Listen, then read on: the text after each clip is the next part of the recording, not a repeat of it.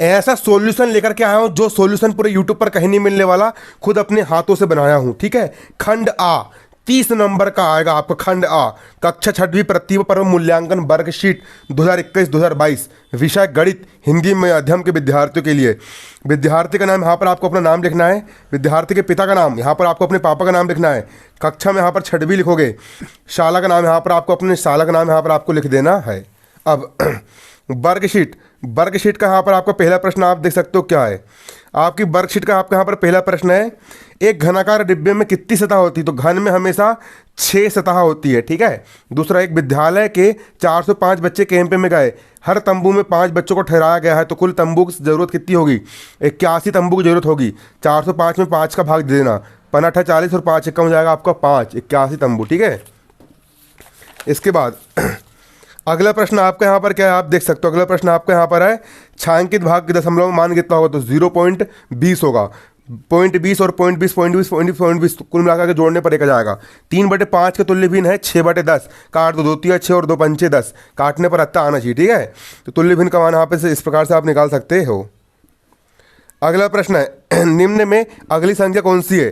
तो 100 के बाद 300, फिर 2 जोड़ दी 500, 500 में 2 जोड़ दी 700 जाएगा यहाँ पर आपका आंसर। यहाँ पे लिखना है बी 700। ठीक है। इसके बाद, यदि एक ड्रम 9 बाल्टी पानी से भर जाता है तो 108 बाल्टी कितने ड्रम के बराबर होगा? तो 108 में 9 का भाग दे दो, तो 9 1 कम हो जाएगा 9 और 9 दूनी 18, इसका आंसर जाएगा 12, सी 12। अगला 7वां प्रश्न आपका यहाँ पर है, एक घड़ी में 3 बजे की स्थिति को दोनों सुइयों घंटे में कितने डिग्री का यहाँ पर कोण बनता है? तो पूरा समकोण यहाँ पर बनता है 90 डिग्री का यहाँ पर बनता है कोण। कौन सी संख्या 5055 है? तो इसको अपन पढ़ेंगे 5055, नीचे आंसर लिखना है 5055।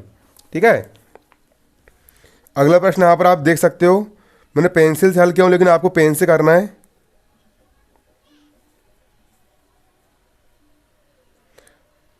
अगला प्रश्न आपका यहाँ पर है, रहीम के पास 8 9 6 7 4 संख्या कार्ड है, इन सभी कार्डों का उपयोग करते हुए 4 अंकों की कौन सी सबसे बड़ी संख्या सबसे छोटी संख्या बन सकता है?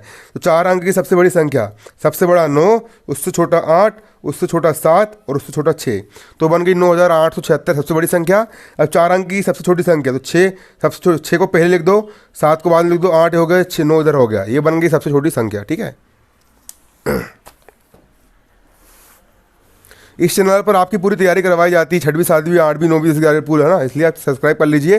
पूरी फ्री कोचिंग मिलेगी, पूरा फुल सॉल्यूशन आपको इस चैनल पर प्रोवाइड करवाया जाएगा बच्चों को, है ना। प्रश्न 10, एक फुटबॉल स्टेडियम में 8300 लोगों को बैठने की क्षमता है, परंतु हर चौथी सीट पर लोगों के बैठने के निर्देश प्राप्त हुए हैं। कि मतलब जो कुल बैठक की व्यवस्था तो 8300 कुर्सियाँ है, लेकिन हर चौथी सीट पर इंसान बैठेगा, 3-3 का अंतर लेकर के। ठीक है। तो अब कितने लोग को बैठा सकता है? तो स्टेडियम में कुल सीट कितनी है? 8300, तो यहाँ लिख देंगे स्टेडियम में कुल सीट बराबर 8300।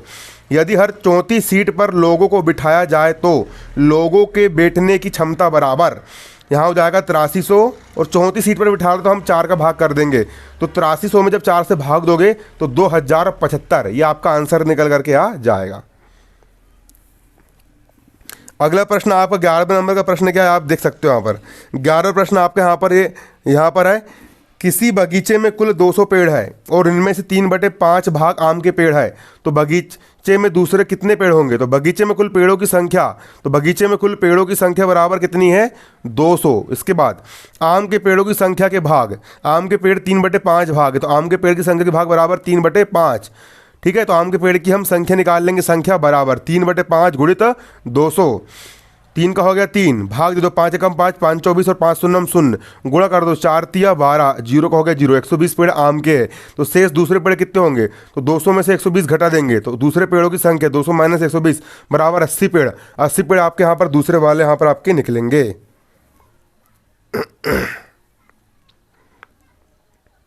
आपका अगला प्रश्न देख सकते हो, 12वें नंबर का प्रश्न, एक पोस्टर को सचिन ने दीवार पर चिपकाया है, पोस्टर की लंबाई 12 मीटर और चौड़ाई 10 मीटर है, तो पोस्टर द्वारा दीवार के कितने क्षेत्रों को घेरा गया है? पोस्टर की लंबाई बराबर 12 मीटर दी गई है, पोस्टर की चौड़ाई यहाँ पर 10 मीटर है, पोस्टर की चौड़ाई बराबर 10 मीटर है, तो पोस्टर का क्षेत्रफल बराबर होता है लंबाई गुणा चौड़ाई, लंबाई 12 मीटर और चौड़ाई 10 मीटर, गुणा कर दो, 12 धाम 120 मीटर की घात 2, ये आ गया आपका क्षेत्रफल। ठीक है। अगला प्रश्न आपका यहाँ पर क्या आप देख सकते हो, अगला प्रश्न आपका यहाँ पर, एक वर्ग का परिमाप 16 सेंटीमीटर है। यदि प्रत्येक भुजा की लंबाई 4 सेंटीमीटर बढ़ा दी जाए तो वर्ग का परिमाप कितना होगा? वर्ग का परिमाप बराबर सूत्र होता है वर्ग का परिमाप बराबर 4 गुणित भुजा। परिमाप दिया है 16, बराबर का बराबर 4 का 4, भुजा का भुजा, 4 कम 4, 4 चौक 16, 4 बार कट गया तो यहाँ पर भुजा बराबर आ गया 4 सेंटीमीटर। यदि भुजा की लंबाई 4 सेंटीमीटर बढ़ाने पर भुजा की लंबाई हो जाएगी यहाँ पर आपकी 8 सेंटीमीटर होगी। तब परिमाप बराबर 4 गुणित भुजा, 4 का हो गया 4, भुजा कितनी यहाँ पर 8, 8 तो हो जाएगा 32 सेंटीमीटर। ये आपका परिमाप निकल करके आ जाएगा, वर्ग का परिमाप। अब बड़े वाले प्रश्न जो कि आपके बड़े नंबर के, ठीक है। ककड़ी और गाजर का प्रति किलोग्राम मूल्य दिया गया है। इसके अनुसार 3/1/2 किलोग्राम ककड़ी और 2/1/2 किलोग्राम गाजर का मूल्य क्या होगा? ककड़ी का मूल्य 16 रुपये प्रति किलोग्राम और गाजर का मूल्य 22 रुपये प्रति किलोग्राम है। तो इसको भी हम अब भी हल कर लेंगे। आप यहाँ पर लिखोगे ककड़ी का मूल्य बराबर दिया है 16 रुपये प्रति किलोग्राम और गाजर का मूल्य बराबर दिया है 22 रुपये प्रति किलोग्राम। तब 3/1/2 किलोग्राम ककड़ी का मूल्य बराबर 3/1/2 गुणित 1 किलो ककड़ी यहाँ पर 16 रुपये की, 16 को कर देंगे गुणा, इसको चेंज कर लेंगे 3 दूनी 6 और 7/2 गुणित 16 को जाएगा गुणित 16, फिर 2 7 का हो गया 7, 2 कम 2, 2 8 16, 27 हो जाएगा यहाँ पर 56 रुपया। और 2/1/2 किलोग्राम गाजर का मूल्य बराबर 2/1/2 गुणित 22, यहाँ लिख देंगे 22, चेंज कर लेंगे बराबर 2 दूनी 4 और 1 हो जाएगा 5/2 गुणा 22 को जाएगा 22, 5 का हो गया 5, 2 कम 2, 2 कम 2 11, 11 5 हो जाएगा 55 रुपये। 55 रुपये यहाँ पर आ जाएगा आपका आंसर, ठीक है। इसके बाद अगला आपका प्रश्न, अनिल ने मकान बनाने के लिए कर्ज लिया। उसे 2 साल तक हर महीने 2200 रुपये देने हैं। बताइए 2 साल पूरे होने में कितने रुपये लौटे होगा? तो अनिल द्वारा प्रत्येक माह में कितने रुपये जमा कर रहा है? वो 2200 रुपये जमा कर रहा है। तब 2 साल में लौटाई गई राशि, तो 2200 गुणित 2 साल, 1 साल में, 1 वर्ष में 12 माह, तो 2 साल में 12 दूनी 24 माह, दोनों गुणा कर देंगे। 2200 गुणित 24 गुणा करने पर जाएगा 52800 रुपये, 52,800 रुपये। अतः 2 वर्ष में लौटाई जाने वाली राशि 52,800 रुपये है। कितनी है? 52,800 रुपये यहाँ पर आपकी राशि है। लास्ट प्रश्न, ये सवाल थोड़ा कंफर्म नहीं है, आप इसको फिर भी देख लेना, मुझसे जितना बना मैंने उतना कर दिया, ठीक है। एक दुकानदार के पास 3,345 किलोग्राम प्याज है, उन्हें 20 बोरों में बराबर बराबर रखता है। प्रत्येक बोरे में रखी गई प्याज का वजन कितना होगा और शेष प्याज का वजन कितना होगा? तो दुकानदार के पास कुल प्याज बराबर कितनी है? 3,345 किलोग्राम। 3,345 केजी मतलब किलोग्राम।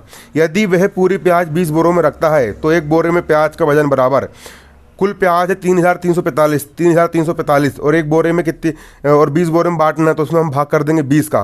तो 3,345 में हम 20 का भाग देंगे तो 20 से कम हो जाएगा 20, 33 में से 20 गए यहाँ पर बचेगा 13, उतार ली यहाँ पर 4, फिर भाग देंगे तो 20 छिक हो जाएगा यहाँ पर 120, बचा यहाँ पर 14, उतार ली 5, 20 सत्ते 140 और यहाँ पर बचेगा आपका 5। तो कुल एक बोरे में 167 किलोग्राम प्याज आएगी और 5 किलोग्राम प्याज शेष रहेगी। अतः प्रत्येक बोरे में 167 किलोग्राम प्याज आएगी और 5 किलोग्राम प्याज कैसी रहेगी? यहाँ पर शेष रहेगी।